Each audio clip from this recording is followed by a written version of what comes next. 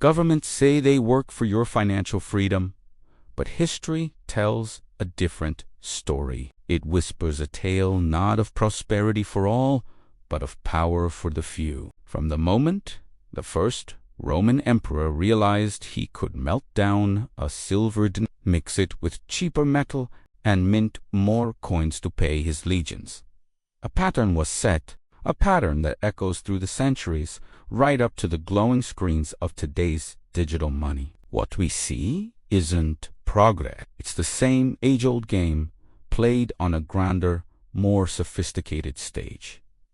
Imagine a Roman marketplace. A merchant bites a coin, his face twisting in disgust. The silver content has dropped again. It takes more of these debased coins to buy a loaf of bread. This is inflation in its most primal form. Now, fast forward to millennia. Picture the printing presses of the Weimar Republic churning out marks so worthless they were used as wallpaper. Or the digital ledgers of 2008, where trillions of dollars were created from thin air to bail out the very institutions that caused the crisis. The cycle is always the same. Debasement leads to inflation. Inflation leads to crisis.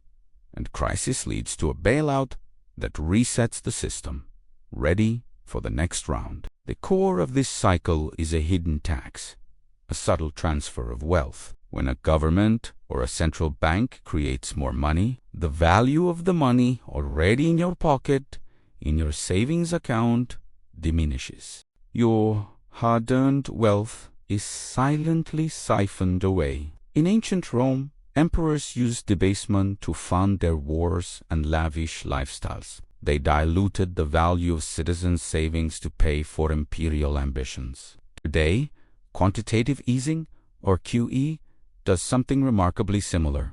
By injecting trillions into the financial system, central banks prop up asset prices, benefiting the wealthy who own stocks and real estate, while the average person's cost of living skyrockets. The mechanism has changed from melting silver to digital keystrokes, but the outcome is identical. Wealth flows from the public to the elite. They call it stimulating the economy. They call it ensuring financial stability.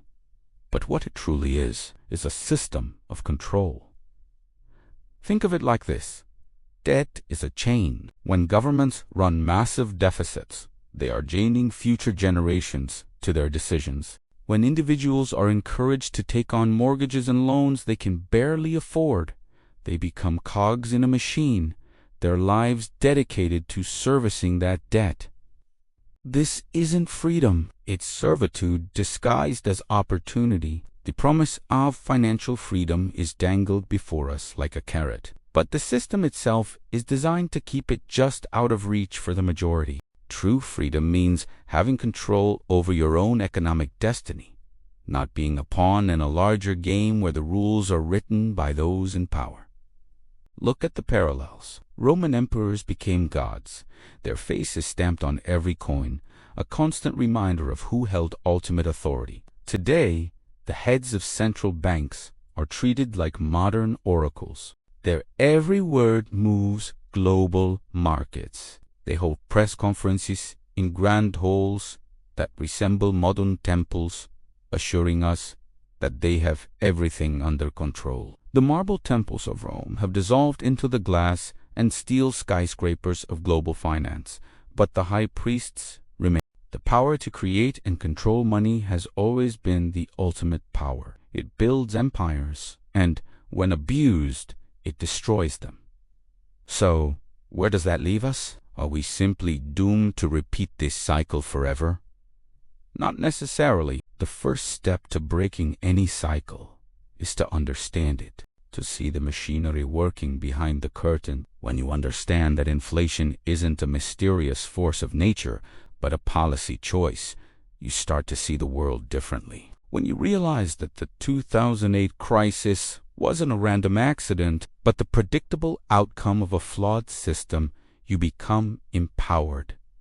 History isn't just a collection of old stories. It's a blueprint. It shows us the architecture of power and the recurring weaknesses in every system of centralized control. By studying these patterns, we can learn to navigate them, to protect our own wealth, and perhaps to advocate for a more honest and equitable system. The Roman Empire didn't collapse overnight. It was a slow grinding decay, fueled by fiscal irresponsibility and the erosion of trust in its currency. Citizens eventually turned away from the debased denarius, preferring to barter or use foreign coins. The system broke down because the people lost faith in it. We stand at a similar crossroads today. Trust in traditional financial institutions is waning. People are seeking alternatives, looking for ways to opt out of a game they feel is rigged against them. This is not a call for chaos,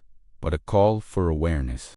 A call to become financially literate in the truest sense of the word, to understand not just how to earn money, but what money truly is, and how its value can be manipulated. Every empire promises freedom. Every system claims to serve the people. But when money is power, freedom always has a price. The story of finance is the story of humanity's quest for control, for security, and for prosperity. But as long as the power to create money rests in the hands of a few, the promise of freedom for the many will remain an illusion. History doesn't repeat, but if you don't understand it, it will crush you all the same. Thank you for joining us on this journey through time. If this exploration of money, power, and history resonated with you, please like this video and subscribe to The Financial Historian. Click the bell icon so you don't miss our next chapter. Until next time, stay curious and question everything.